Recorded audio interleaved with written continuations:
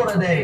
আল্লাহ বলছেন, বান্দা আমি তোমার দুনিয়ার সমস্যা সমাধান না করলেও কাল হাসরের ময়দানে ভয়াবহ যে সমস্যা হবে, ওই দুনিয়ায় কারো সমস্যা তুমি সমাধান করার কারণে আমি কিয়ামতের দিন তোমার সমস্যা সমাধান করে দিয়ে দিব।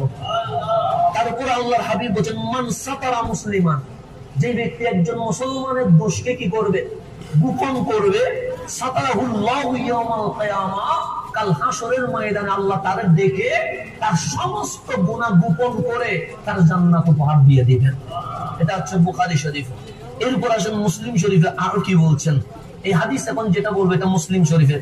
সাইয়্যিদুনা আবু হুরায়রা রাদিয়াল্লাহু তাআলা আনহু উনি বর্ণনা করেছেন, আল মুসলিমু আখুল মুসলিম, একজন মুসলমান আরেকজন মুসলমানের ভাই। তারপর হচ্ছে লা ইয়াজলিমুহু, সে কখনো জুলুম করতে পারে না।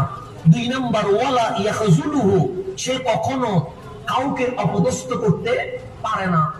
একটা হচ্ছে জুলুম না করা, আর একটা হচ্ছে বেইজ্জত না করা, অপদস্থ না করা। 3 নাম্বার ওয়ালা ইয়াহকিরুহু, তার সম্পর্কে কখনো তুচ্ছ ধারণা করতে পারে না। তাহলে মুসলমানের গুণ কয়টা? 3টা। 1 নাম্বার জুলুম করতে পারে না,